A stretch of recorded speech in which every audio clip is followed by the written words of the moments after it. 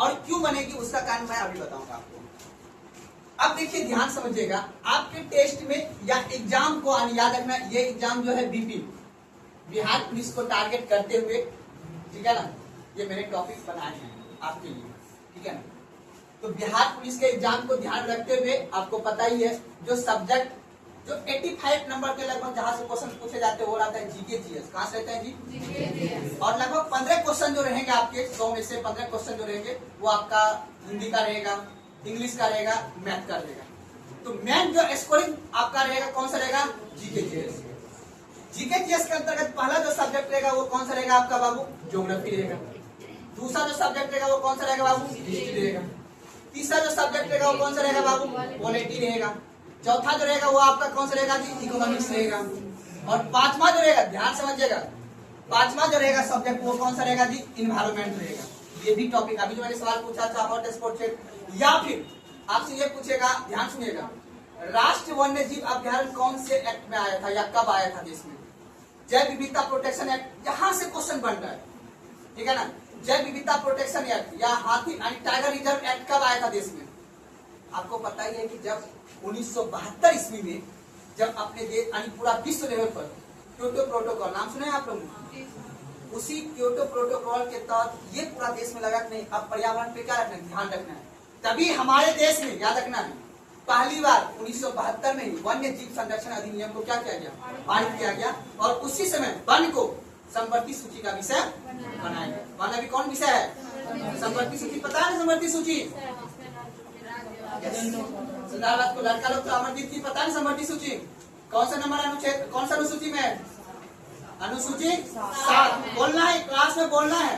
History अभी चलेगा, history का बाद का क्लास है, क्लास में बोलना पड़ेगा। अब इन्वायरमेंट के बाद ईवीएस के बाद याद रखिएगा, ईवीएस के बाद आपका जो टॉपिक रहेगा बाबू वो रहेगा कौन बाबू? Current affair. उसके बाद कौन सा रहेगा बाबू? साइंस। तो साइंस तो अभी हम जिम्मेदारी ले लिए हुए, तो वहां से भी देख लेना है यहाँ के सब्जेक्ट को किस हिसाब से पढ़ना है, ध्यान से रखिएगा। ज्योग्राफी के अंतर्गत याद रखिएगा ध्यान से, जो भी चीज याद रखिएगा, जो भी इस पीछे के 1 साल में या 1.5 साल में जो भी बातें न्यूज में रही है, न्यूज में कौन सी बातें रहती हैं? प्राकृतिक घटनाएं। ज्योग्राफी को पढ़ेंगे तो कौन सी ध्यान रखे बाबू? प्राकृतिक घटना। अभी आपने न्यूज में सुन लेंगे हीट वेव बढ़ रहा है, पता है? अभी राजस्थान में, पंजाब में बहुत ज्यादा हीट वेव आ गया बाबू। सिर्फ बाबू पहाड़ी पर्वतीय क्षेत्र में हीट वेव कम है। हीट वेव का मतलब ज्यादा तापमान आ गया है। और अब मतलब तापमान ज्यादा हो गया है तो संग्रहण की क्रिया भी ज्यादा होगी और वर्षा भी क्या होगा? ज्यादा होगा। चक्रवात भी ज्यादा आएगा। सुना बात को ना? अब बताओ, हीट वेव आने का कारण है ला नीनो। क्या है जी? ला नीनो। आपसे पूछे वही बोलो, एल नीनो और ला नीनो, पता है ना? तो अब ये पता है कहाँ पे होता है ला नीनो और एल नीनो? कहाँ पे आता है? प्रशांत महासागर में या अटलांटिक महासागर में? प्रशांत महासागर के दक्षिणी अमेरिका में। कहाँ पाता है जी? अब बताओ प्लीज, ये सब चीज पढ़ना पड़ेगा बाबू, ठीक है? एग्जाम निकालना है तो पढ़ना पड़ेगा। अब मैं मुख्य रूप से आपको बता रहा हूँ, प्राकृतिक घटना को देखते हुए हमें क्या इसका अध्ययन करना है बाबू? ज्योग्राफी। ये बता रहा हूँ उस स्टूडेंट के जो एग्जाम इस बार दोगे उसके लिए बता रहा हूँ। जो नहीं दोगे इंतजार करना है, पहले पूरा पढ़ लेना है प्राइमरी लेवल। उसके बाद हिस्ट्री में हमें एक बात को ध्यान रखने हैं कि जिस साल आप एग्जाम दोगे, 2026 में एग्जाम दोगे, तो 2026 के एग्जाम के दृष्टि से कौन से ऐतिहासिक घटने हैं, ठीक है? ध्यान से रखिएगा, कौन से ऐतिहासिक घटना है जो राष्ट्र के लेवल से, कौन से लेवल से? राष्ट्र के लेवल से वो इम्पोर्टेंट है। पहली बात घटना। दूसरा है कौन से ऐसे महापुरुष हैं इतिहास में जिसके इस वर्ष उसके जन्मदिन पे कुछ ऐतिहासिक अच्छे घटना हुए या अच्छे उनके लिए क्या गया है, हो सकता है? जैसे मान लेते हैं कि चाहे वो आपको पता ही है, चाहे भगत सिंह हो, चाहे वो सुभाष चंद्र बोस हो, चाहे BR अम्बेडकर हो, गांधी जी हो, जवाहरलाल नेहरू, ये सभी अपने देश के कौन है? महापुरुष है। सुना? तो महापुरुष के घटना यानी, ठीक है ना, महापुरुष के बारे में बाबू याद रख लेना है थोड़ा सा, जो इम्पोर्टेंट है इस वर्ष, अर्थात जिस वर्ष आप एग्जाम दोगे कोई दिक्कत। अब आते हैं बाबू हम लोग थोड़ा सा, और एक चीज यहाँ पे और पूछता है, ऐसे ये हम इन्वायरमेंट में भी देख सकते हैं, यूनेस्को, जो भी हमारे ऐतिहासिक धरोहर है। ऐतिहासिक धरोहर समझते हो ना? ऐतिहासिक धरोहर क्या होता है? ताजमहल मेरा क्या है? ऐतिहासिक। लाल किला क्या है मेरा? बिहार में ऐतिहासिक धरोहर कौन से हैं? बिहार में जो ऐतिहासिक धरोहर कौन से हैं? शेरशाह सूरी का मकबरा कहाँ पे है? सासाराम कहाँ पे है? रोहतास जिला। कहाँ पे है? रोहतास जिला, पता है ना? और रोहतास जिला कहाँ पे? बिहार में, पता है ना? रोहतास जिला किधर है जी? रोहतास जिला का नाम सुने हो?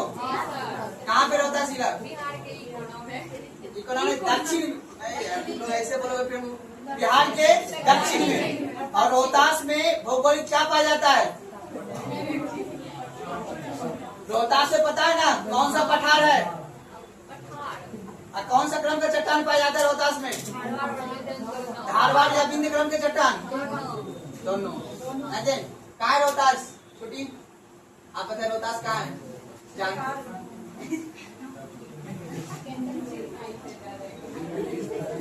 रोहतास घूमने जाइए, ठीक है, अच्छा जगह है वहाँ पे, बहुत से पहाड़ पर्वत है वहाँ पे, है ना जी? ककोलत की झरना कहाँ पे है? ककोलत झरना कहाँ पे है? रोहतास में। नवादा में कहाँ पे है जी?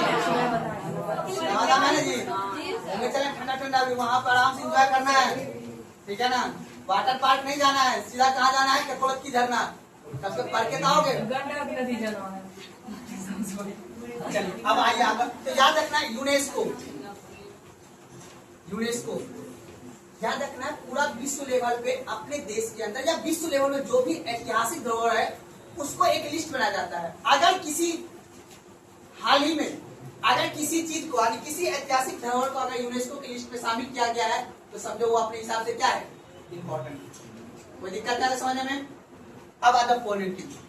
पॉलिटी में याद रखना बाबू हर साल कुछ ना कुछ होता है। हर साल का मतलब क्या होता है? बजट सत्र हर साल आएगा कि नहीं आएगा? संसद के जो सत्र आएंगे वो हर साल आएंगे या कभी कभी आएंगे?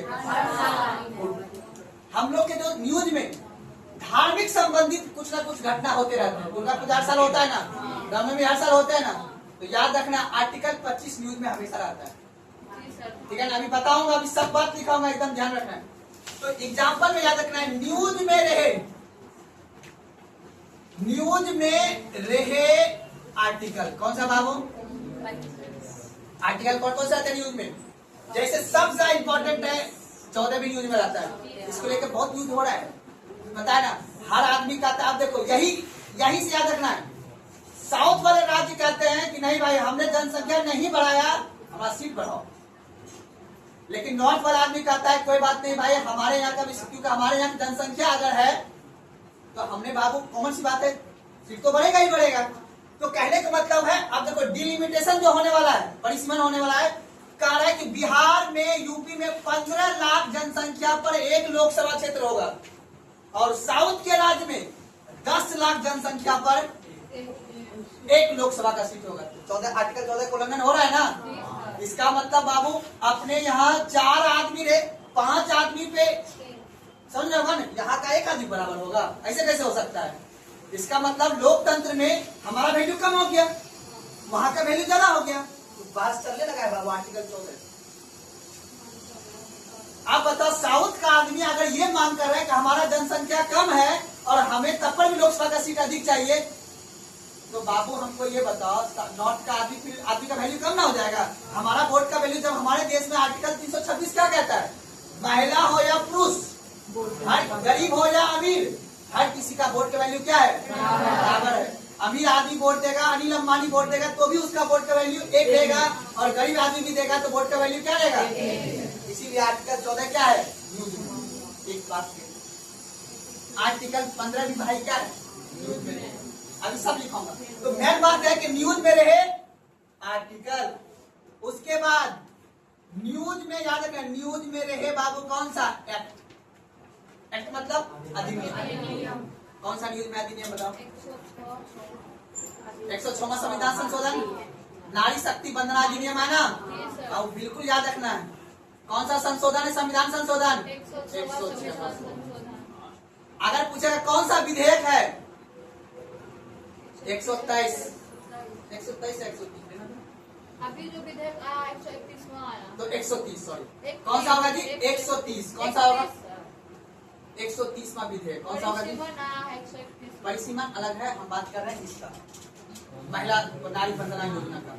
बात को ना, तो अब अगला देखो, याद रखना है। नेक्स्ट बात, सबसे बड़ा इंपॉर्टेंट आर्टिकल 132 याद रख लेना है, यानी 131 से लेकर 140 तक न्यूज में 100% याद रखना है बाबू। और उसके बाद 143 हम कहां पढ़ते हैं बाबू? पता है 143 ना? क्या 143? 143 क्या कहता है? अरे राष्ट्रपति सलाह मांगेगा किससे? सुप्रीम कोर्ट के जज से। जी सर। कोई भी कानून बनाने से पहले राष्ट्रपति सलाह मांग सकता है किससे? सुप्रीम कोर्ट के जज से। और उसके बाद 142 क्या कहता है? अपील न्यायालय। क्या है बाबू? अगर आप किसी के जज के जजमेंट से अगर आप सहमत नहीं है, मान लेते एग्जाम्पल के तौर पे अभी खगड़िया का जज है, आपने वो निर्णय दिया, उसके निर्णय से अगर आप सहमत नहीं है, तो आर्टिकल 142 के तहत आपके पास ये अधिकार है कि आप वरीय न्यायालय में अपील कर सकते हैं। ये भी क्वेश्चन बहुत, ये अभी न्यूज में बहुत ज्यादा है ये। बात कौन है? ये बाबू अपील न्यायालय जिसको बोलते हैं। अब ये जो है मूल क्षेत्राधिकार, क्या ये क्या डिलिमिटेशन क्षेत्राधिकार के अंतर्गत है? बोलो ना जी। नहीं है, यानी साफ साफ कानून लिखा हुआ है, याद रखना। डिलिमिटेशन अर्थात परिसीमन, निर्वाचन आयोग के द्वारा किया गया परिसीमन को कोई भी व्यक्ति या कोई भी नेता सुप्रीम कोर्ट में लेके नहीं जा सकता। सुप्रीम कोर्ट के क्षेत्राधिकार से डिलिमिटेशन क्या है? बाहर है। इसीलिए ये सुप्रीम कोर्ट के क्षेत्राधिकार से क्वेश्चन पूछेगा। आर्टिकल तो 395 सब नहीं पढ़ना है, कुछ ही को पढ़ना है। इसी में से एक को न्यूज में पूछेगा एग्जाम में। सुना आगे मेरी बात, आगे चल के तो एक्ट भी पढ़ लेना है। उसके बाद संविधान संशोधन। देखो अब देखो ये बात क्यों लिखा रहा हूं। अब बोलो सर तो पहले ऐसा नहीं पढ़ाना पड़ता था। रीजन ये है कि एग्जामिनर क्या क्या है कि क्वेश्चन पूछ पूछ के थक गया है। हर साल 10 एग्जाम हो रहा है ना, तो 10-10 सेट में एग्जाम हो रहा है। तो अब वो क्या कर रहा है, अब मतलब 42वां 46वां 44वां पूछ पूछ के वो क्या है, थक चुका है। अगर वो पूछ भी देगा तो आपको खुश नहीं होना, क्योंकि वो सबसे बनेगा। लेकिन आपको क्या करना है, अपने पढ़ने के तरीका को बदलना है। अब जो 2026 की एग्जाम में क्वेश्चन पूछेगा कि बाबू न्यूज में कौन सी बात रह रहा है, जो संवैधानिक रूप से जो घटना घट रहा है उसी को वो क्वेश्चन बना के आधार से पूछ लेगा वो आपसे। क्या मानते नहीं मानते इस बात को? इसीलिए बाबू 2026 के एग्जाम का क्वेश्चन का ट्रेंड का बदल चुका है। पहले बाबू जो 2020-2021 में जो एग्जाम होता था वो आराम से होता था, वो पूछ लेता था, क्योंकि अब सोशल मीडिया का दौर आ गया। एग्जामिनर को भी पता है, जो क्वेश्चन सेटर है उसको भी पता है कि हर बच्चा लाइब्रेरी में बैठ के पढ़ रहा है, हर बच्चा के हाथ में मोबाइल है, हर बच्चा अब ये समझ रहा है नारी शक्ति वंदना योजना, हर बच्चा डिलिमिटेशन समझ रहा है। तो इसीलिए अब उसका मजबूरी बन गया है कि नहीं हम क्वेश्चन यही पूछेंगे। वो अंदर में जाकर नहीं पूछेगा कि बताओ 44% का, आप पूछ भी दिया तो वो एक स्टेटिस पार्ट है, वो तो आपको पता होना ही होना चाहिए। कोई दिक्कत? अब आ जाओ इकोनॉमिक्स में बाबू, कुछ भी हो जाए चलता फिरता सब्जेक्ट है जिसका नाम है महंगाई। क्या नाम है बाबू? ये तो बाबू हर दिन खबर में रहता है, पता है ना, ये हर दिन खबर में रहता है। अभी पता है ना हेडलाइन मुद्रास्फीति बहुत न्यूज में है। पता है खाद्य पदार्थ याद है ना, अभी ईंधन का दाम बढ़ गया ना, ईंधन का दाम बढ़ गया ना, फ्यूल का दाम बढ़ गया ना, तो फ्यूल का दाम बढ़ गया तो ऑटोमेटिक आपका हर चीज का दाम क्या हो जाएगा? आपके सनलाइट क्रीम जो खरीदोगे आप खरीदोगे ना जी, खरीदिए आप सनलाइट क्रीम जी, इसका दाम बढ़ गया क्या बोलते हैं, सॉरी सनस्क्रीन, सॉरी हम सनलाइट बोलते, ठीक है ना। जो सनस्क्रीन क्रीम मतलब जो भी आपके इक्विपमेंट होंगे, जो यानी महिला संबंधित जो इक्विपमेंट होगा वो समझ लो उसका दाम 100% बढ़ गया है लगभग मार्केट में, जो हम पढ़े महंगाई में। बात को ना, तो महंगाई में कहा जाता है कि जो आपका जो महिला का जो प्रोडक्ट है उसका दाम क्या हुआ है, बढ़ गया है, काफी ज्यादा बढ़ गया है। तो महंगाई चैप्टर। दूसरा बात नहीं करो, दूसरा रहेगा बाबू मॉनेटरी पॉलिसी। कौन सा रहेगा जी? अब हमको ये बताओ, सरकार महंगाई को कम करने के लिए सरकार के पास कौन कौन सी पॉलिसी है? कौन बताए? कंचन कुमार आप बताइए। सरकार, देखो ध्यान से, पहला चैप्टर हमने क्या बताया? महंगाई। अब इसी को कंट्रोल करने के लिए सरकार के पास कौन कौन, कोई नहीं बोलना, कौन कौन से पॉलिसी है? ऐसे काम पढ़ना पड़ेगा, बिना पढ़े फिर देखो हम ये बकवासी करने से कोई फायदा नहीं। जब तक आप पढ़िएगा नहीं, अभी टॉपिक ठीक लगाऊंगा। आप बताओ जूली, महंगाई को कंट्रोल करने के लिए सरकार के पास कौन कौन से पॉलिसी है, कौन कौन सी नीतियां हैं उनके पास?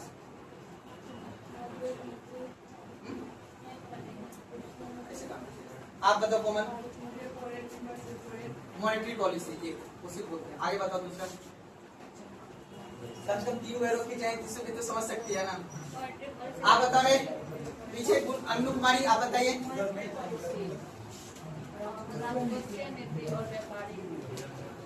आप बताओ बाबू रे, थोड़ी अगर नहीं बताए तुम उसको बाहर करेंगे सीधा।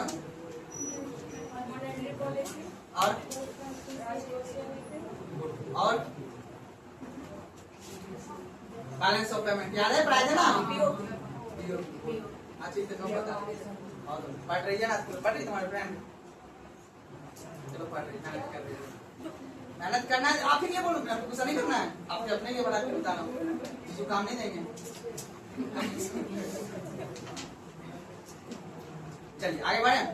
तो अब देखिए, महंगाई को कंट्रोल करने के लिए सरकार के पास 3 नीतियां हैं, मॉनेटरी पॉलिसी, फिजिकल पॉलिसी और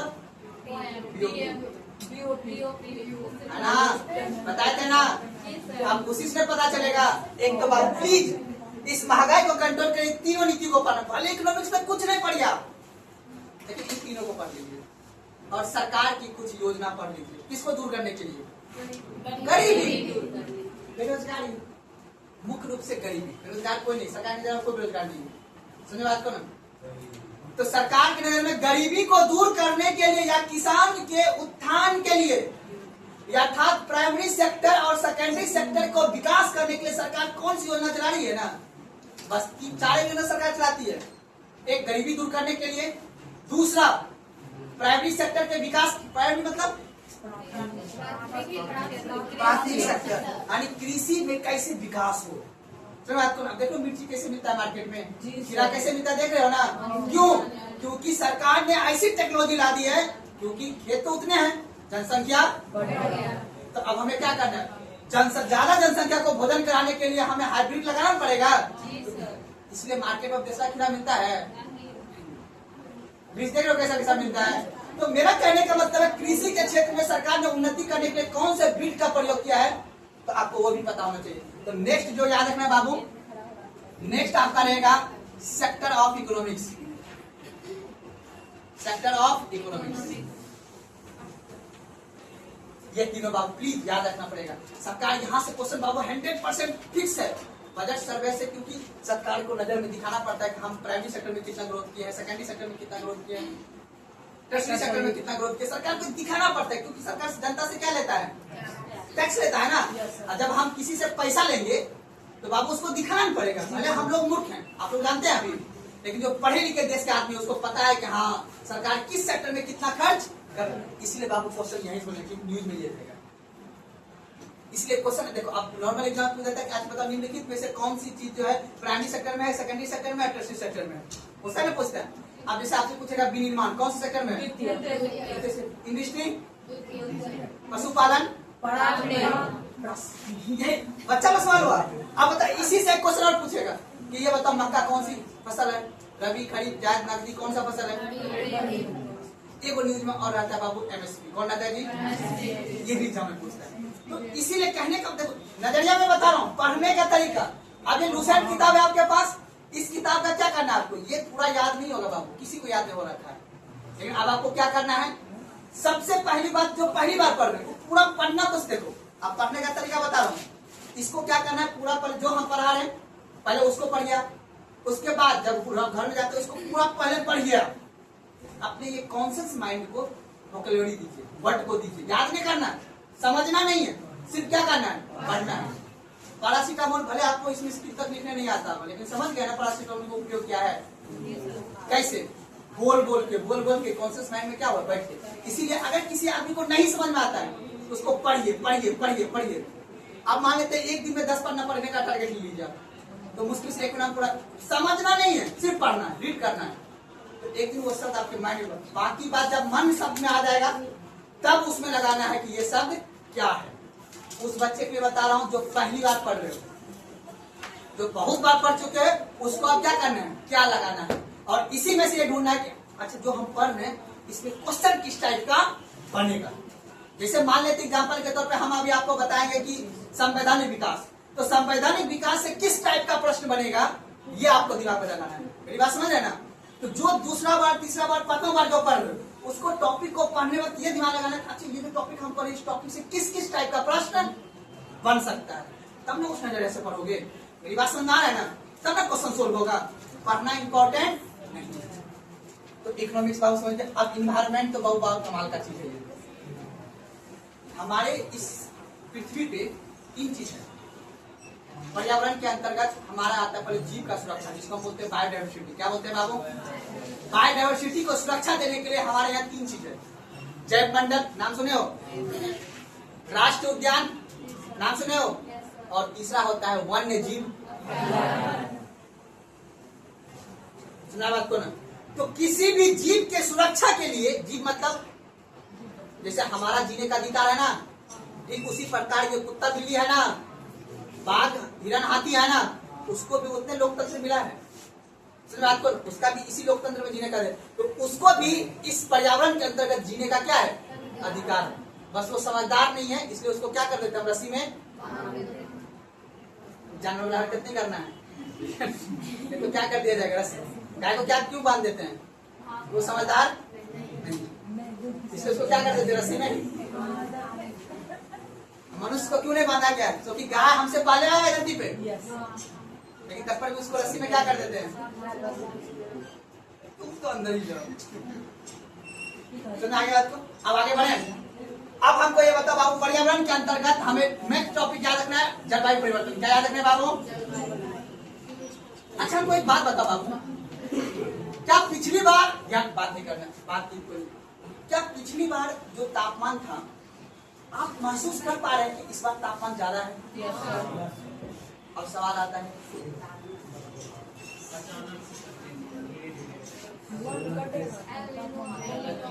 एक तो वो है ही, हमारा ये जो ओजोन लेयर है ना, जो एटमॉस्फेयर, ये कमजोर होता जा रहा है, क्योंकि जो फ्रिज में आप यूज करते हो उसे निकलता है CFC गैस। कौन सा गैस निकलता है?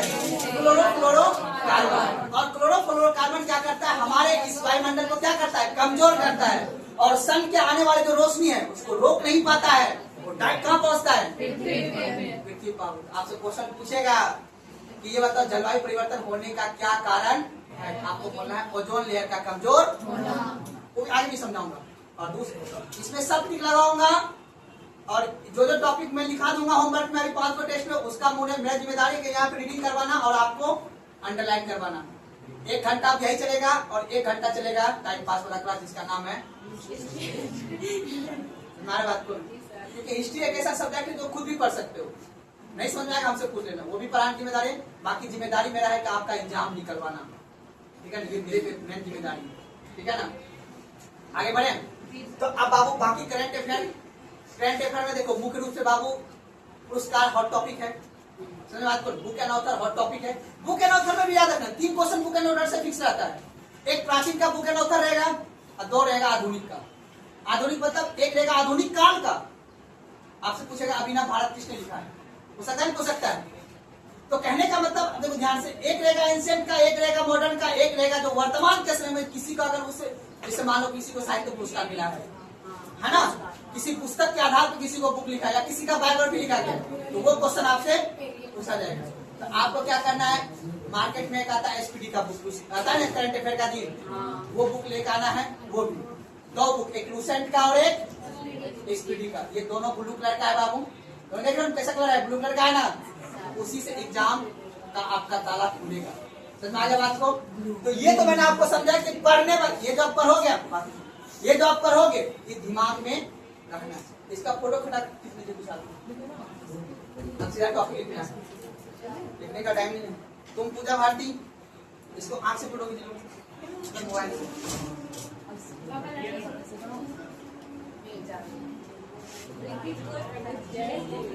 अब बाकी लड़की लोग जो जिसके पास नहीं है वो क्या कीजिएगा, एक दूसरे को भेज दीजिएगा जिसके पास मोबाइल नहीं होगा। आगे बढ़े, चलिए अब आप बंद कीजिए। अब हमको बस अभी हो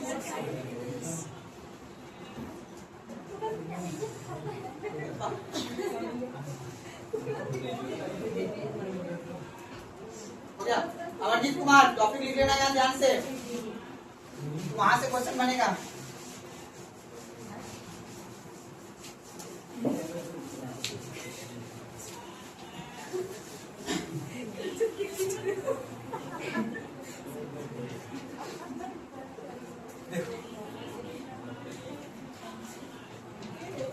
टेस्ट नंबर 1 बात में कीजिए, और समझिएगा देखिए ध्यान से। यहाँ पे टेस्ट नंबर 1 में जो पहला सब्जेक्ट रहेगा आपका, जो क्वेश्चन रहेगा बाबू, वो कहाँ से रहेगा बाबू? अब ज्योग्राफी में इंडियन ज्योग्राफी, कौन ज्योग्राफी? इंडियन और बिहार दोनों मिला रहेगा। समझ में आता है? इंडियन और बिहार दोनों मिला। जैसे अगर हम आपको बोलेंगे कि भारत का पर्वत पर क्या ना है, तो बिहार का भी पर्वत पर क्या ना है। समझ में आता है ना? भारत में पर्वत कहाँ कहाँ है और बिहार में पर्वत कहाँ? अगर हम बोलेंगे कि भारत का झील पर क्या ना है, तो बिहार का भी झील पर क्या ना है। मेरी बात सुना, क्योंकि बिहार पुलिस के एग्जाम में भारत और बिहार के ज्योग्राफी को मिला के क्वेश्चन पूछ रहे हैं, तो आपको पढ़ना भी उसी तरह से। और प्लीज मैं एक बात बता देता हूँ आपको, आप लोग क्या कीजिएगा कि आप लोग को मुख्य रूप से जब भी, जैसे मान लेते हैं कि आज आपने डिसाइड किया कि आज हमको भारत का भौतिक संरचना पढ़ना है, तो उसी दिन ठीक बगल में आपको बिहार का उसी दिन भौतिक संरचना भी पढ़ लीजिएगा। आपको कंपेरिजन करने में आसान रहेगा कि भारत पूरा देश की भौतिक संरचना क्या है, कहाँ पे पर्वत, कहाँ पे झील, कहाँ पे नदियां हैं। ठीक उसी प्रकार आपको बिहार के बारे में समझना है, इसको कोरिलेट कीजिए, मतलब जब पढ़ लिए उसको लिंक कीजिएगा, तभी जाकर आपका क्वेश्चन क्या होगा, सोल्व होगा। मेरी बात सुनना है, ये नहीं कि बिहार स्पेशल अलग पढ़ेंगे, नहीं, बिहार कोई स्पेशल नहीं है। बस बिहार की जब ज्योग्राफी पढ़ना है तो बिहार का ज्योग्राफी, जब इंडियन हिस्ट्री पढ़ना है तो उसके साथ में बिहार का हिस्ट्री, समझा ना? पॉलिटी पढ़ना है तो उसके साथ में बिहार का पॉलिटी पढ़ना है। उससे क्या होगा, आपको आसानी हो जाएगा याद रखने में। मेन इंपॉर्टेंट है बाबू, याद रखना। आगे बात को देखो, पहला जो टॉपिक रहेगा वो कौन सा रहेगा आपका? ज्योग्राफी। ज्योग्राफी देखो, पहला जो हम टॉपिक पूछेंगे बाबू, ध्यान सुनो यहाँ पे, पहला जो टॉपिक रहेगा वो रहेगा भारत का स्थिति एवं विस्तार, और याद रखना है, और पड़ोसी देश।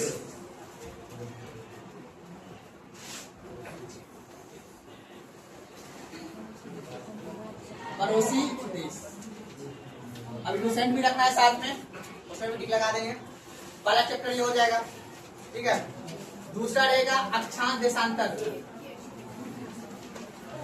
छोटा छोटा टॉपिक है, ठीक है। अक्षांश देशांतर, अक्षांश, बात कीजिए, अक्षांश देशांतर। उसके बाद अंतरराष्ट्रीय टाइम, यहां से हॉट टॉपिक है ये, अंतरराष्ट्रीय समय रेखा।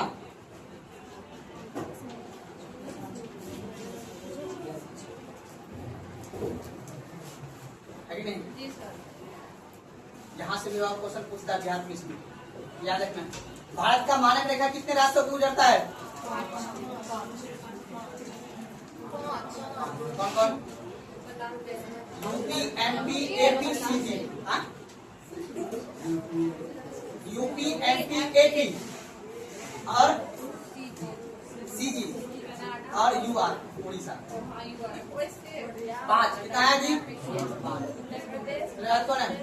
एमपी मतलब क्या होता है? मणिपुर नहीं होगा, मम्मी पापा नहीं होंगे कुछ नहीं। एपी का मतलब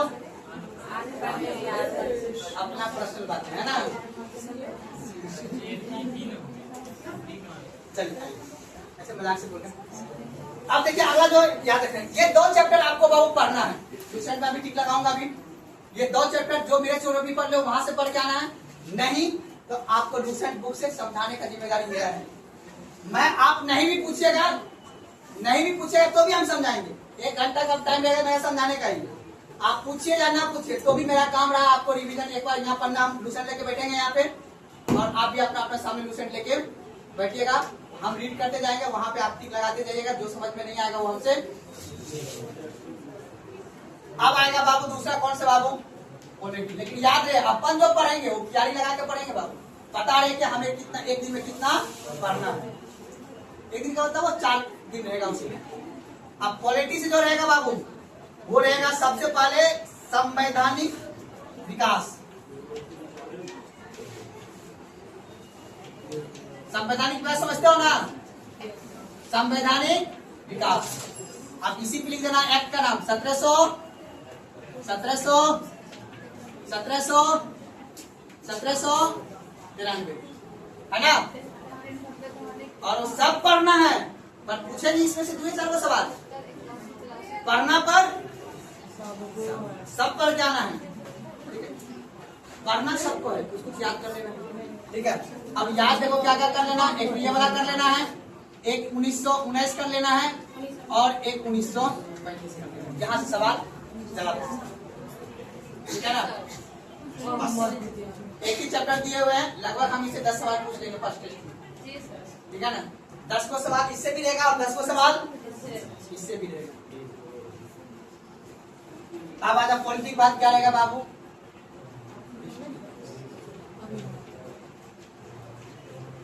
हिस्ट्री में अभी हम सिर्फ घाटी का सब लिख देंगे, सिंधु घाटी प्लस धर्म। धर्म पता है ना, दोनों धर्म, बौद्ध धर्म और वैदिक से भी हो सकता है क्वेश्चन। सब बात बता देंगे तो फिर सरप्राइजिंग क्वेश्चन रहेगा। मतलब समझो जितना हिस्ट्री पढ़ा रहे हैं टिल तक, टिल मतलब हिस्ट्री तो मौर्य समाज भी पे पहुंचेगा हम लोग। तो हिस्ट्री में सोचना कि जो हम पढ़ा रहे हैं वही, उसके बाद जब लास्ट में टेस्ट होगा ना तो भले हम मॉडर्न हिस्ट्री नहीं पढ़ाएं, लेकिन यहाँ पे 1 घंटा जो लूसेंट से जो है ना समझा देंगे। लेकिन मॉडर्न हिस्ट्री से भी और बिहार हिस्ट्री से भी कुछ क्वेश्चन हम देंगे लास्ट में। जब हम 5 को टेस्ट ले लेंगे ना तब जो क्वेश्चन आएगा ना, तब उसमें आपको भले वो नहीं पढ़ाए हम, यहाँ समझा देंगे आपको, लेकिन एग्जाम के हिसाब से मॉडर्न हिस्ट्री से भी क्वेश्चन ज्यादा पूछता है। टेस्ट लेंगे शनिवार रविवार, हम बता देंगे अभी, ठीक है ना। और याद रहे मतलब अगले जो आएंगे, अगले नहीं समझना कि बेस पर तक हम भी पढ़ना जाएंगे। अभी टेस्ट आज टाइप हो रहा है, ठीक है ना, उसको प्रिंट करा के ला लेंगे एक ही बार सब हम, ठीक है ना। तो उस हिसाब से अभी सोच रहे 5 को एक ही बार ला लेंगे। चलिए आगे देख लीजिए। अब आ जाओ बाबू इको। इको में सबसे पहला टॉपिक महंगाई, बस। और याद रहे जो पढ़ाए हो तो पूछवे करेंगे, हो सकता है जो ना पढ़ाए हो वो भी क्वेश्चन आएगा। हम भगवान हम थोड़ी ना है, लेकिन क्वेश्चन हम वही पूछेंगे जिससे एग्जाम निकलेगा, ठीक है ना। क्योंकि बिहार पुलिस और दरोगा का क्वेश्चन को ट्रेंड का एनालिसिस करते हुए अभी झारखंड में एग्जाम हुआ है और यूपी में एग्जाम होने वाला है।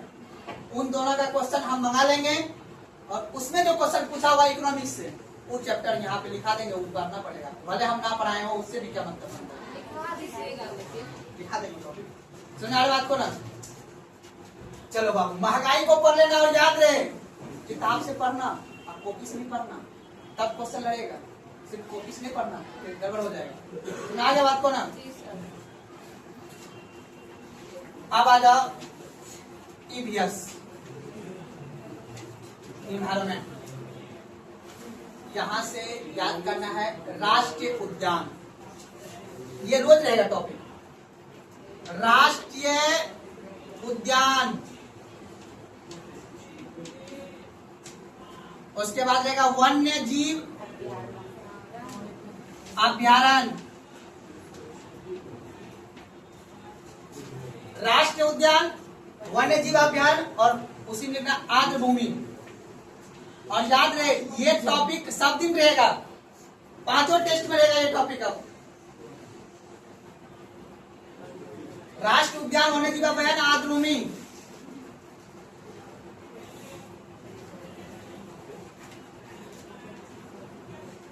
ठीक है ना।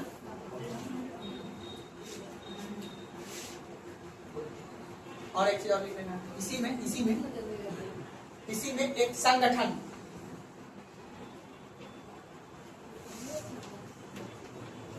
पर्यावरण संगठन। मुझे बताएं यूएनएफसीसी क्या होता है? क्या? UNFCCC United Nation Framework Climate Action Change, triple C होता है। यूनाइटेड नेशन इस संगठन का इसका काम है कितना जलवायु परिवर्तन हो रहा है ना उसका रिपोर्ट जारी करना। उसमें से ये पता चलता है कि अपने देश के अंतर्गत कितना तापमान बहुत कम, इसी के अंतर्गत ना कॉप होता है, कॉन्फ्रेंस ऑफ पार्टी होता है ना। क्वेश्चन पूछता है अभी कॉप 31 होने वाला है ना, कहाँ होगा, ये सब क्वेश्चन पाएगा। समझ बात को ना। अमरजीत ट्यूशन की किताब आज तो लेकर आया होंगे, कल लेकर आना है आपको।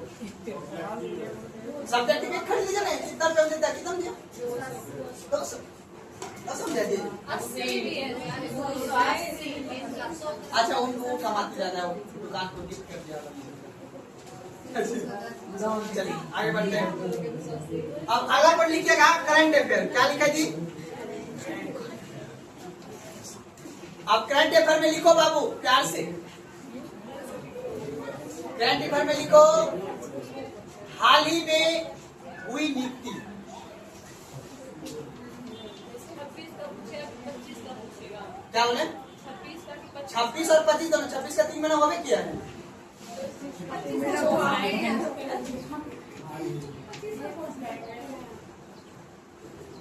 हाँ जी बताइए कि ओबीसी वाला जो है, ओबीसी नाम सुने हो ना, कब संविधान दर्जा उसको मिला है, कौन सा संविधान?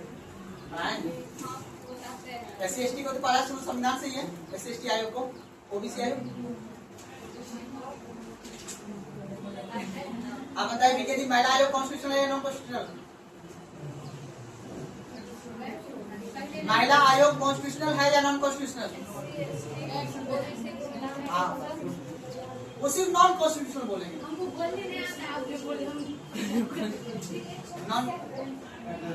नॉन कॉन्स्टिट्यूशनल है। चलिए हाल ही में हुई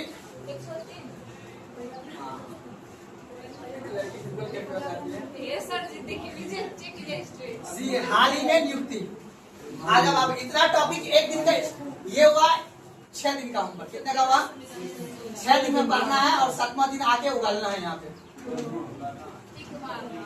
टिक मारना है। और प्लीज इस रास्ता पे 30 दिन चलना है। कितना दिन? 30 को टेस्ट अगर चल लीजिएगा ना, वचन देते हैं हम आपको। हमें भी मास्टर इस तरह से पढ़ाता ना तो हम भी आज सेलेक्ट होते हैं, ठीक है ना। तो आप लोग एक काम कीजिएगा प्लीज, थोड़ा सा अगर इस अभ्यास से चलते रहिएगा और याद कर लीजिएगा हो जाएगा। हाँ इसी में तो 10 टॉपिक पूछेंगे हम आपको, पढ़ने बैठेगा, बड़ो हार्ड है, आपने कर पाते हैं। अभी हम कल पढ़ रहे हैं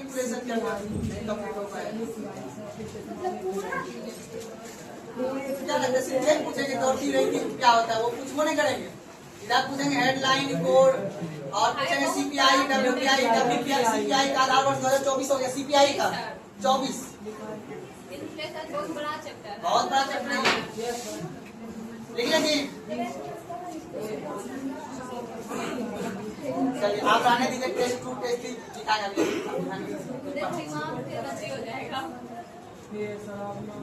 आप लिखाएंगे टेस्ट 2 टेस्ट 3 का लिखिएगा ना। अभी लगाई यह लिखा दिए, कल मिले, कल शनिवार है मुझे।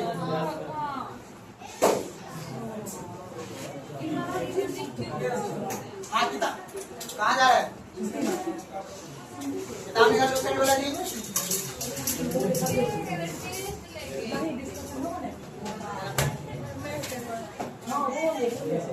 इसको पढ़ाइएगा मतलब अभी नहीं पढ़ाएंगे, सोमवार से। अभी हम इनको हिस्ट्री पढ़ाना। हाँ पढ़ाएंगे, हम किससे पढ़ाएंगे? लिखाए पिखाए कुछ नहीं, बस यहीं पे समझाते हैं सीधे। सब जगह रोज पढ़ जाएंगे, मतलब पूरे सब्जेक्ट का रोज पढ़ जाएंगे। 6 दिन पढ़ना है, 6 दिन में एक हफ्ते पूरा पढ़ते, जैसे आज ज्योग्राफी का पढ़ लेते हैं उसके बाद वो आपका मन है, आपको जो करना है। जैसे आप पूछेगा तो उसके अनुसार में पढ़ जाएंगे। हम पूछेंगे किसी से भी, हमको रोज रिवीजन करना। जैसे कि हम बोल रहे हैं कि नहीं कल जो है ज्योग्राफी वाला रिवीजन होगा, 2 चैप्टर पढ़ने के बाद आधा घंटा 1 घंटा रिवीजन करा देंगे यहाँ पे। फिर उसके बाद जैसे 6 दिन है तो 6 विषय भी है, तो एक करके चलिए आइए भूगोल में सब विषय सूची निकाल लीजिए। और विषय सूची अगर निकालिए, ये वाला विषय सूची भूगोल निकाल लिए। अब पेज नंबर आइए 85, सॉरी 85 से स्टार्ट कीजिए।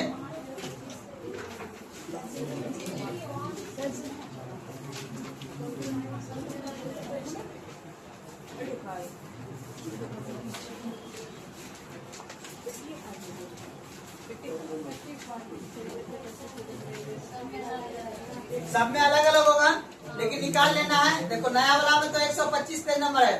भारत का भूगोल लिखा होगा, भारत का भूगोल निकालिए। भारत का भूगोल पहला चैप्टर लिखा है सामान्य जानकारी।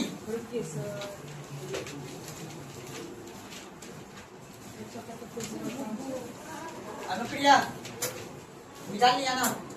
एंजली एक काम कीजिएगा, तब की बच्ची का और दोनों बच्ची का वो हाइट पूछ जाएगा बिहार पुलिस में।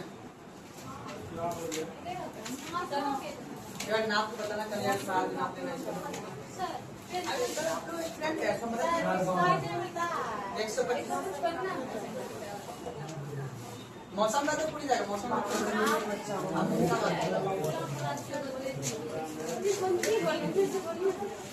भारत का भूगोल निकालिए, देना दीजिएगा।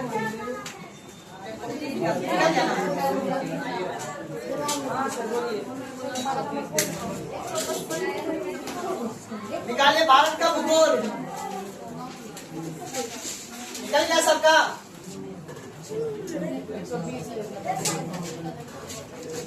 अब जो पहला चैप्टर है सामान्य जानकारी, ये चैप्टर को पूरा पढ़ना है, ठीक है ना? इसको मैं सोमवार को रिवीजन करवाऊंगा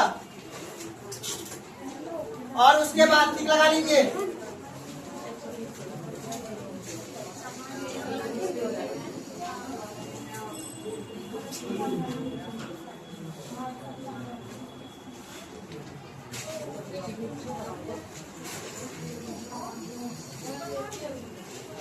क्या क्या बोले सर? सामान्य जानकारी जो बताया है ना, वो पूरा पढ़ लेना है, ठीक है ना? और उसी में आएगा पड़ोसी देश वगैरह, सबको कितना क्षेत्रफल है, कितना क्या है, सबको पढ़ के आना है। चलिए आप पेज नंबर निकालिए। 90 नंबर आप निकालिए। 90 नंबर पेज, अक्षांश देशांतर। 90 नंबर पेज निकालिए।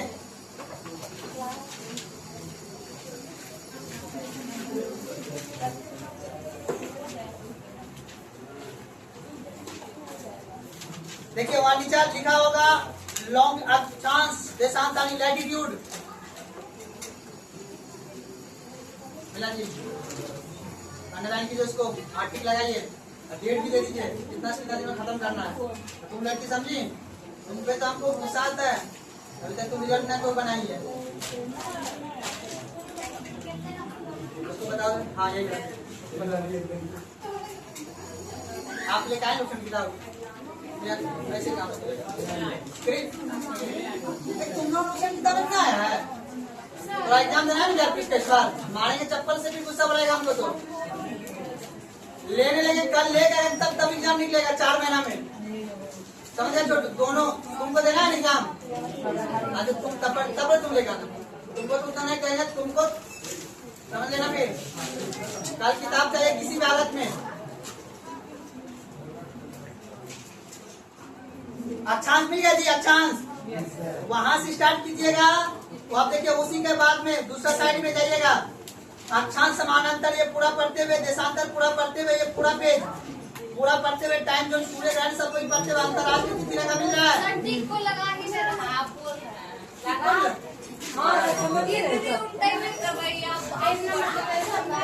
इसका पेज नंबर 9, पेज नंबर 90, ठीक है ना? अब यहाँ पे देखिए, सुनिए, अक्षांश पूरा याद कर लेना। पूरा अक्षांश, पूरा देशांतर, पूरा टाइम जोन, अंतरराष्ट्रीय तिथि रेखा टिक लगाए टॉपिक में। उसके बाद पेज बताइए, उसका लिखा है समय जोन, मानक रेखा, मानक समय, उसको भी पढ़ लेना है। उसके बाद विषुवत रेखा लिखा हुआ है, उष्णकटिबंध, उपोष्णकटिबंध, शीतोष्णकटिबंध और ध्रुवीय कटिबंध, इन सभी को पूरा पूरा क्या कर लेना है? ठीक ओके ठीक लगाए रे कैसे कंफ्यूजन ये वाला टॉपिक जो है ना पूरा पूरा ये भी टॉपिक तो दिए हैं। ये टॉपिक का नाम है पूरा पूरा, देखो यहाँ पे लिखा हुआ है। आप वही हुआ ना, अच्छा में पृथ्वी का सौर्य संबंध, ठीक है ना। चले आइए आप पॉलिटी पे, पॉलिटी पे आइए।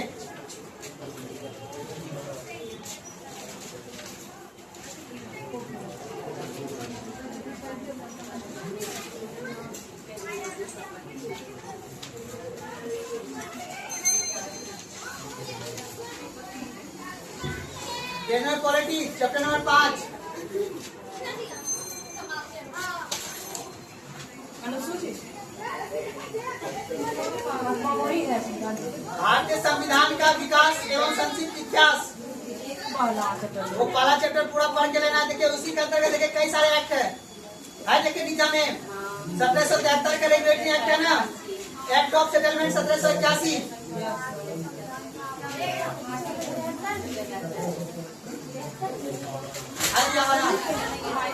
किताब में है ना, पेज नंबर है हाँ 229, पेज नंबर 229।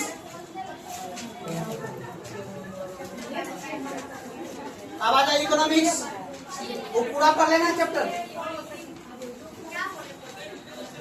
पॉलिटिकल में संवैधानिक विकास, आप ट्यूशन किताब नहीं लेकर आए हैं, शायद तुम्हें छोटी लेकर आई रे अनुप्रिया।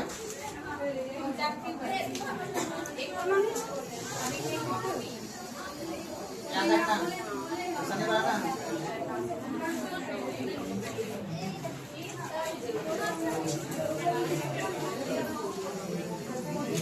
अब आइए इकोनॉमिक्स। इकोनॉमिक्स में ये देखो बातें, इकोनॉमिक्स में आइए महंगाई,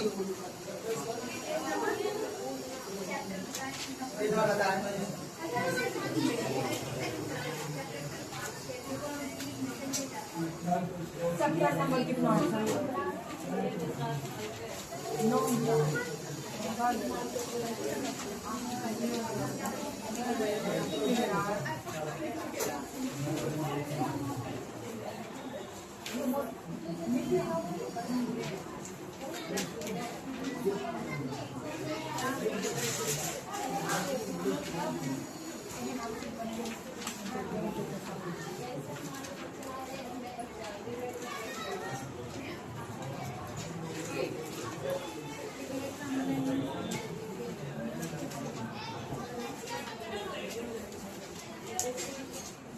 पेज नंबर देखो तो चैप्टर नंबर 9 भारतीय वित्त व्यवस्था, उसी में दिया हो।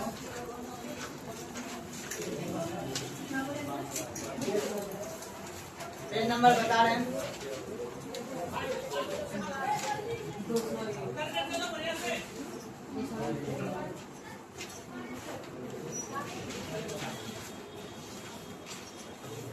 इसमें महंगाई चैप्टर नहीं दिया हुआ है क्या? दिया प्रश्न नहीं दिया हुआ। अच्छा कॉपीज पढ़ लेना तब, अगर इसमें नहीं दिया होगा तो।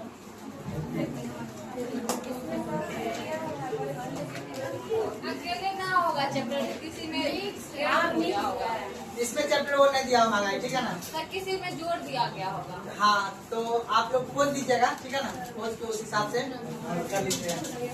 बाकी ये देखो ये इन्वायरमेंट जो यूट्यूब से पढ़ लीजिएगा या तो इसमें से पढ़ लीजिएगा, इसमें बता देता हूँ। अब आइए यहाँ पे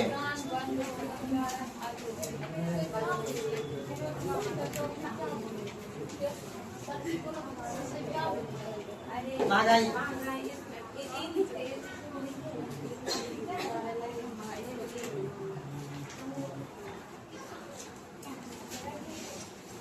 खोजे राष्ट्रीय उद्यान कहाँ पे है जी?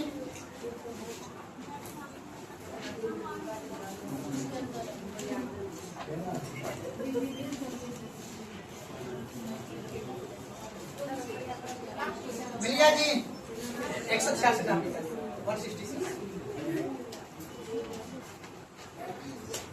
चौथी में चैप्टर 70 लेकिन इसमें दिया है एनवायरमेंट। इसमें दे दो जो हाँ जो भी है जहाँ भी होगा बस याद रखना है, राष्ट्र उद्यान पढ़ लेना है। पेज नंबर 167 167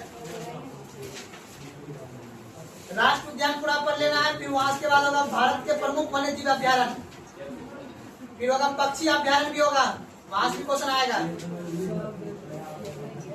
और फिर जैव मंडल होगा, 18 जैव मंडल है, देख लीजिए। क्या बोले सर?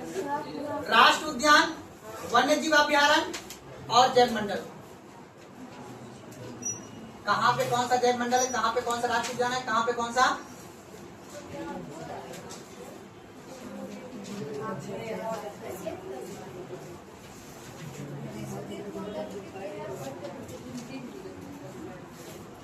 हो गया। आज यही कर आप लिखो टॉपिक। इतना कल से होमवर्क को फॉलो करना है, नहीं तो उसको सीधा हम क्लास से बाहर कराएंगे। वैसे हमारा दवाई चल रहा है बीपी वाला, गुस्सा बढ़ेगा सब लेना, बहुत बहस कर रहे हैं आप लोग के पीछे। रिजल्ट बनना चाहिए, जो नहीं कर पाओगे वो नहीं आना, नहीं तो हम ये प्रयास यूट्यूब से प्रयास कर लीजिए। नहीं तो हम क्यों हैं, हम बताएंगे, हम बताएं कौन कौन सा कंटेंट पढ़ के आना है, ठीक है ना। बता दीजिएगा नियुक्ति का।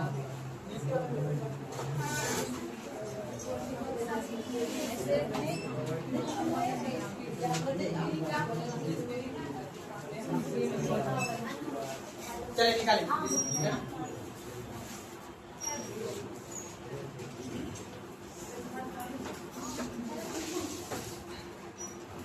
चलिए तो टॉपिक लिख के तो जो कल बताए थे उसको लिख के छोटा सा टॉपिक उसको खत्म कर लेना है।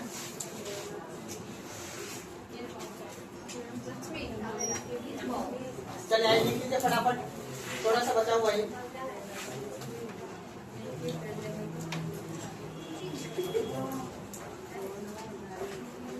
बौद्ध धर्म जैन धर्म की बात क्या बताते थे, तुलना बताते हैं ना। अब तुलना में उसके बाद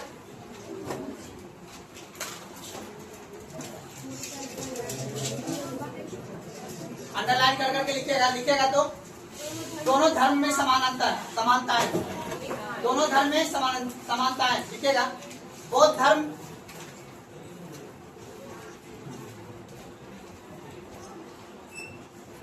एवं जैन धर्म, बौद्ध धर्म एवं जैन धर्म, बौद्ध धर्म एवं जैन धर्म दोनों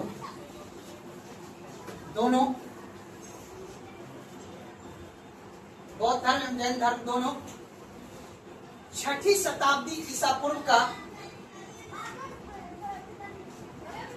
बौद्ध धर्म एवं जैन धर्म 6ठी शताब्दी ईसा पूर्व का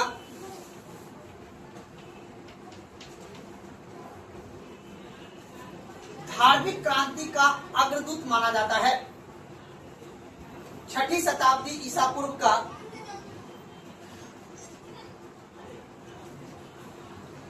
शताब्दी ईसा क्या लिखे थे, 6ठी शताब्दी ईसा धार्मिक क्रांति का अग्रदूत माना जाता है।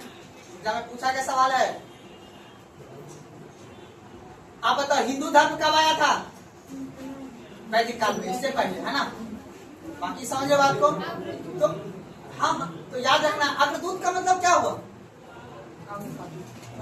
आगे बढ़ के, यानी 6ठी शताब्दी ईसा पूर्व मतलब 501 से लेके, ठीक है, 599 के बीच में आप उसी समझ लो। इसी बीच में कौन आया, महावीर जैन आया, बौद्ध धर्म गौतम बुद्ध आए।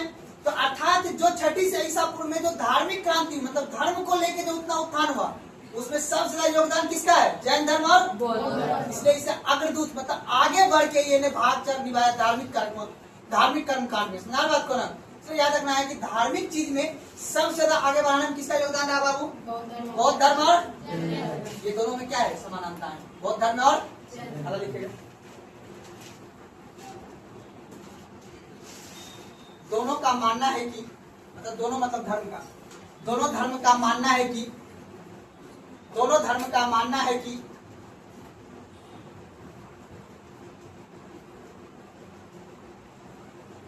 संसार दुखों से भरा है। दोनों धर्म का मानना है कि संसार दुखों से भरा है, संसार दुखों से भरा है,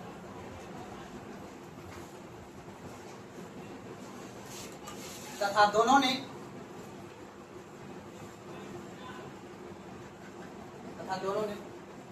सदाचार, दोनों ने सदाचार को नैतिकता,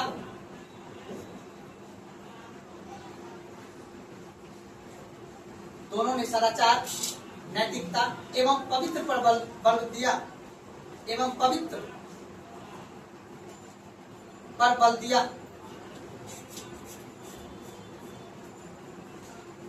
अगला पॉइंट, दोनों ने वैदिक कर्मकांड का विरोध किया। वैदिक कर्मकांड समझते हो ना, जो जाति प्रथा था, ऊपर ब्राह्मण रहेगा, नीचे क्षत्रिय रहेगा, वैसे ही सब जाति कर्मकांड था ना। तो इसका दोनों ने, यानी इस व्यवस्था का दोनों धर्म ने क्या किया?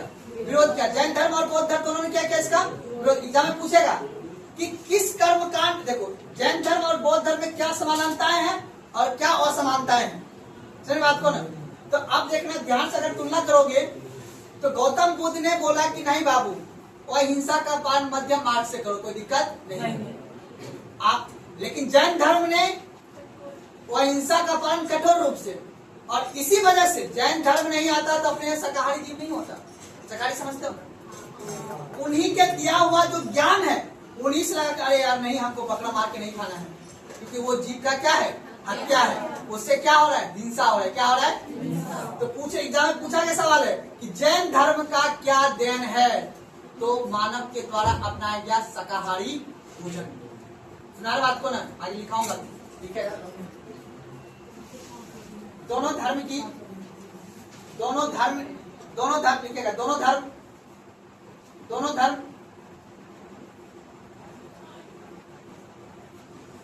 कर्मवाद, दोनों धर्म कर्मवाद,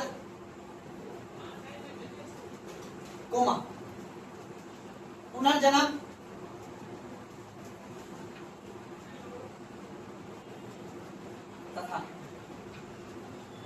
तथा जीवन का अंतिम लक्ष्य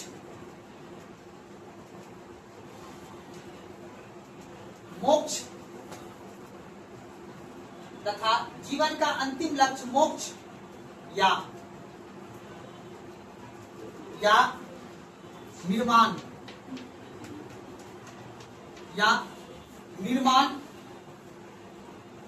प्राप्त करना है,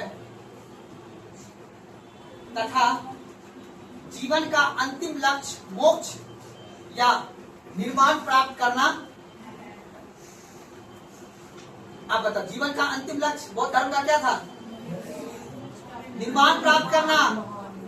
और उसका क्या था जैन धर्म का? मोक्ष प्राप्त करना।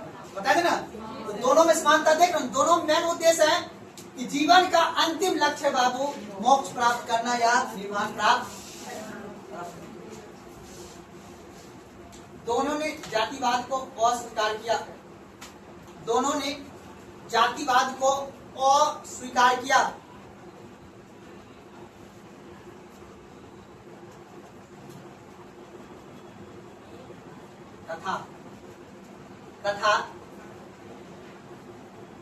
तथा वर्ण व्यवस्था को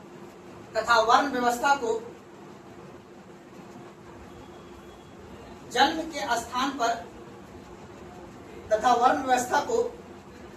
के स्थान पर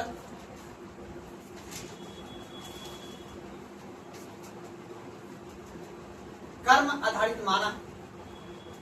दोनों ने माना, याद रखना है। और वैदिक क्या कहता है? वैदिक क्या कहता है बताओ? जन्म के आधार पर कर्म का बंटवारा। हिंदू धर्म कहता है कि नहीं कहता है? आज भी नहीं है क्या जी? अब पूजा आज क्या है? आज भी तो हमारे समाज में कुछ ना कुछ हम लोग पूजा करा सकते हैं, हम लोग मंदिर में जाकर पूजा करा सकते हैं। क्यों? क्योंकि हम जन्म से ब्राह्मण आज भी है ना हिंदू धर्म में। तो लेकिन जैन धर्म बौद्ध धर्म में क्या कहा है? कर्म के आधार पे क्या क्या है? वर्ण व्यवस्था किसे माना है बाबू? कर्म के आधार पे। किसके आधार पे जी? कर्म के आधार पे। चला कौन लिखेगा?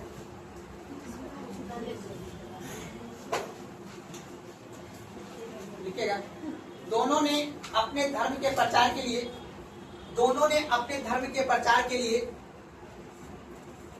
भिक्षु संघ की स्थापना किया। दोनों ने अपने धर्म के प्रचार के लिए भिक्षु संघ की स्थापना किया।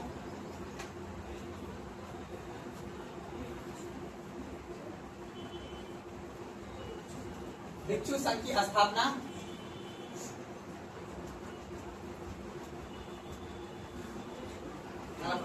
दोनों के मूल सिद्धांत का स्रोत मतलब जो सिद्धांत दिया था उसका स्रोत, दोनों का मूल सिद्धांत का स्रोत उपनिषद रहा है। दोनों का मूल सिद्धांत का स्रोत उपनिषद रहा है।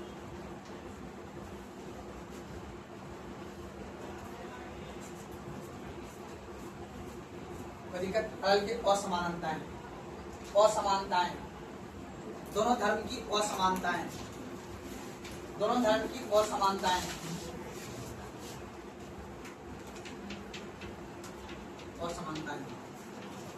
दोनों धर्म की असमानताएं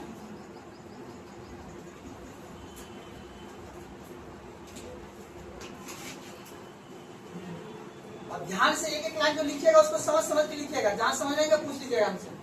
लिखिएगा जैन धर्म ने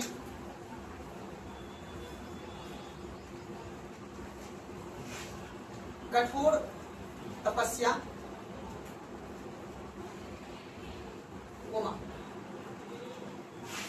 शरीर त्याग एवं नग्नता पर बल दिया। वही बौद्ध धर्म ने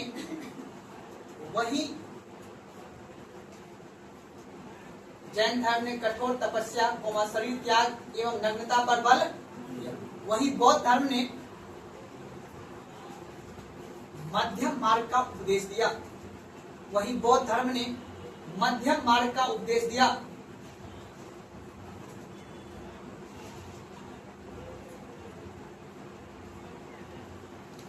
मतलब जैसा सिचुएशन वैसा काम करना है। लेकिन बहुत जैन धर्म क्या कहता है? नहीं बाबू, कुछ भी हो जाए, अगर तुम्हारे सामने में कोई गरीब है तो पहले मदद उसको करो, भूखे मर जाओ लेकिन नॉनवेज नहीं खाना, किसी जीव का हत्या नहीं करना, खुद मर जाओ पर किसी जीव का हत्या। अर्थात वो हिंसा के पालन के लिए बाबू कठोर तपस्या करना पड़ता है। और शरीर उसके अगर कठोर तपस्या के लिए शरीर त्याग करना पड़े तो शरीर का त्याग कर देना है। लेकिन वही बौद्ध धर्म क्या कहता है? मध्यम मार्ग। क्या कहता है? जैसा सिचुएशन वैसा निर्णय। सुना रहे बात को ना? तुम लोग कौन सा मार्ग को अपनाओगे? कौन सा? बौद्ध धर्म या जैन धर्म? यही रहा दोनों को असमानता। एक कहता है झुकेंगे नहीं, एक कहता है जहाँ मौका मिलेगा झुक भी जाना है, जहाँ मौका मिला है अड़ भी जाना है। सुना बात को ना? सुना बात को ना? क्या लड़की क्या जी पीछे क्या नाम है? मौसम ना लेके अगला बात लेके अगला पॉइंट।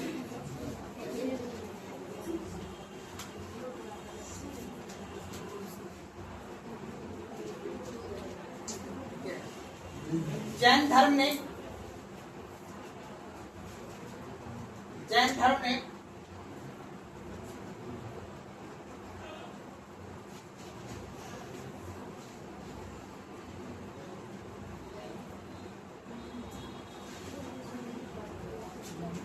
अपरिग्रह, जैन धर्म ने अपरिग्रह पर बल दिया। अपरिग्रह मतलब यानी इच्छा रखना ही नहीं है, कोई जरूरत नहीं सोना चांदी पहनने का, कुछ नहीं, एक साड़ी में शादी करना, लहंगा खरीदने का क्या जरूरत है? ऐसा कौन कहता है? जैन धर्म। लिखिएगा जैन धर्म ने अपरिहार पे बल दिया, अपरिग्रह पे बल दिया। वही बौद्ध धर्म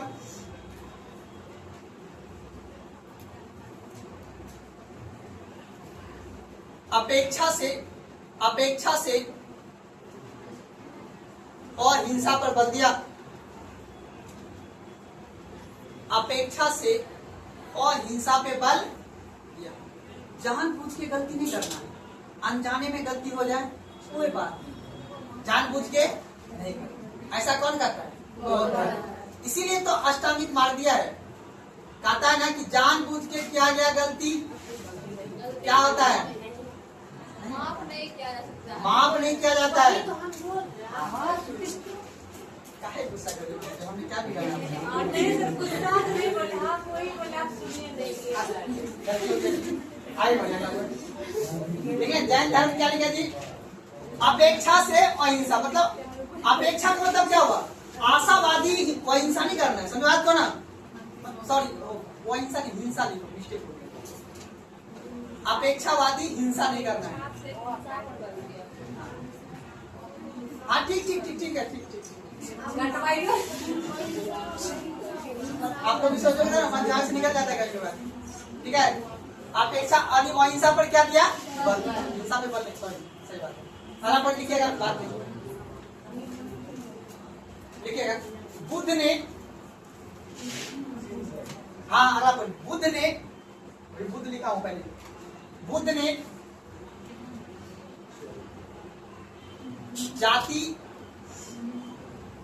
व्यवस्था का विरोध किया, बुद्ध ने जाति व्यवस्था का विरोध किया। वहीं महावीर जैन ने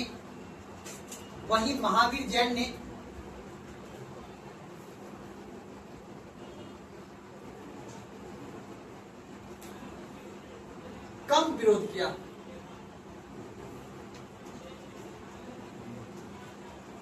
तो एग्जाम में पूछेगा जाति व्यवस्था का विरोध ज्यादा कौन किया था, या विरोध कौन किया था? बौद्ध धर्म। कम विरोध कौन किया था?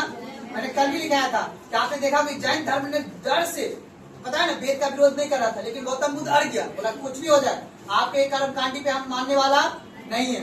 इसीलिए उसको बोला कि तुम ऐसे करोगे, बौद्ध धर्म का यहाँ से क्या किया? भगा दिया। सुना बात को ना?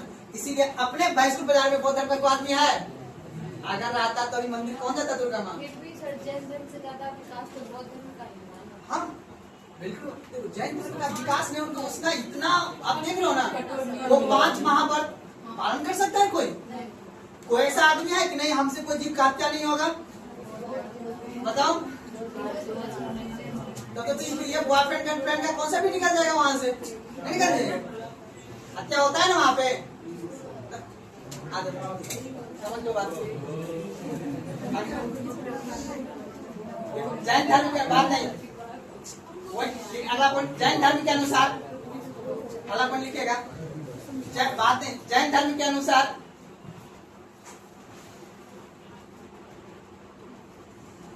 के अनुसार मोक्ष का अर्थ, ये सबसे गहरी बात है, ये हमसे तो नहीं हो पाएगा। जैन धर्म के अनुसार मोक्ष का अर्थ शरीर का विनाश करना। पॉसिबल है कभी?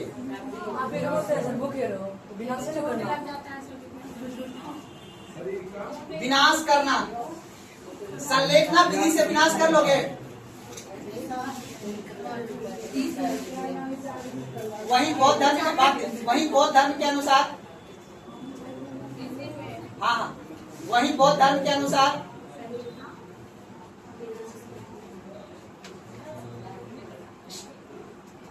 वही बौद्ध धर्म के अनुसार निर्वाण की प्राप्ति, ऐसे लिख लीजिएगा, वही बौद्ध धर्म के अनुसार निर्वाण की प्राप्ति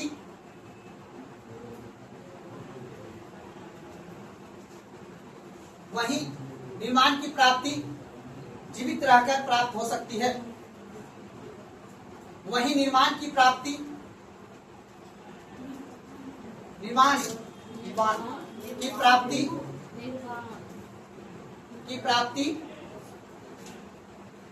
जीवित रहकर हो सकता है। आणि जैसे कि मान लो आज के नेता लोग क्या करता है, दिन भर बोलता है गरीबी हटाओ गरीबी हटाओ, और शाम में पता है ना वही कौन टिक्का वाला भाई साहब कैमरा नहीं बोल सकते हैं, मतलब 57,000 का जूता पहनते हो, 57 का, इसका टैक्स का पैसा है, कितना काम करने जाता है वो अपन लोग का गरीब देखते हैं अपन लोग ना। अभी कुछ भी खरीदने जाओगे एमआरपी पे कर दोगे ना हम लोग, आप उस पे क्या मिलता लगता है, टैक्स क्या लगता है जी, टैक्स लगता है। तो याद रखना है, गौतम बुद्ध कहता है कि अगर आपको ये निर्वाण की प्राप्ति करना है तो जीवित रह के भी कर सकते हो, तो दोनों हाथ करते हैं, नेता लोग दोनों काम करता है। अपने आप को कहता है कि हमने अपना घर छोड़ा, परिवार छोड़ा, किसके लिए छोड़ा, हमने बोला था छोड़ने के लिए, मत छोड़िए। बोलते हैं ना अपने देश के प्रधानमंत्री, लेकिन वो क्यों छोड़ा परिवार, तो सब बात समझ रहे हैं ना जी। आगे बढ़ो, अगला कौन लिखिएगा,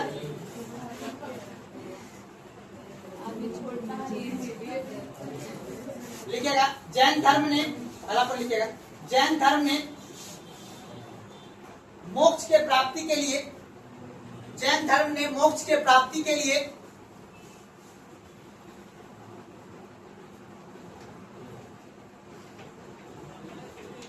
त्रिरत्न का सिद्धांत दिया, त्रिरत्न का सिद्धांत दिया। वहीं जैन बौद्ध धर्म ने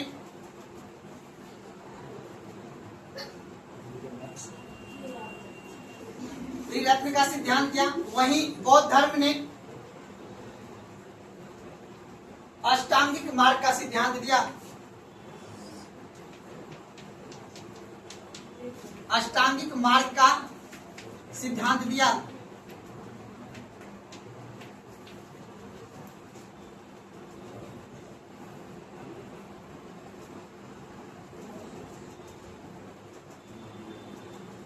यहाँ पे ये टॉपिक क्या होता है, अब हमको सोच के बता 5 मिनट में कि आखिर ये धर्म नहीं होता तो समाज आज कैसा होता, या फिर ये दोनों धर्म आया तो हमारे समाज में इसकी क्या प्रासंगिकता या क्या उपयोगिता है। सोच के बताओ, जितना पढ़े हो अपने अपने हिसाब से एक एक करके पूछ लेंगे फटाक से। अभी देखें तुम युद्ध के क्षेत्र में क्या हुआ, शांति हुआ, यानी हिंसा कम फैला, है ना। और बताओ, और बताओ, हम लोग ये नालंदा विश्वविद्यालय है ना, ये विक्रमशिला है ना, तो ये सभी क्षेत्र कौन सा धर्म के लिए था, बौद्ध धर्म की शिक्षा के लिए था ना। विश्व में हमें विश्व गुरु कौन बनाया, मतलब शिक्षा के गुरु कौन बनाया, विश्व बौद्ध धर्म। अगर नहीं होता तो हमारा विश्व में पहचान नहीं होता, नालंदा विश्वविद्यालय विक्रमशिला का हमारा पहचान नहीं होता। सोचो इस धर्म के वजह से हमारे देश में ये सब काम है, बात को ना शिक्षा क्षेत्र मान से नहीं मान सकते, ये धर्म का बहुत, इसीलिए कभी गुस्सा नहीं करना, हर चीज का इतिहास में प्रासंगिकता है, ठीक है ना, कोई दिक्कत है ना। अब अपन लोग क्या पढ़ेंगे बाबू, भागवत धर्म, कौन सा पढ़ेंगे, ठीक है ना। तो कल जो टॉपिक लिख लीजिए आप लोग, टॉपिक लीजिएगा भागवत धर्म। तो बंद करें।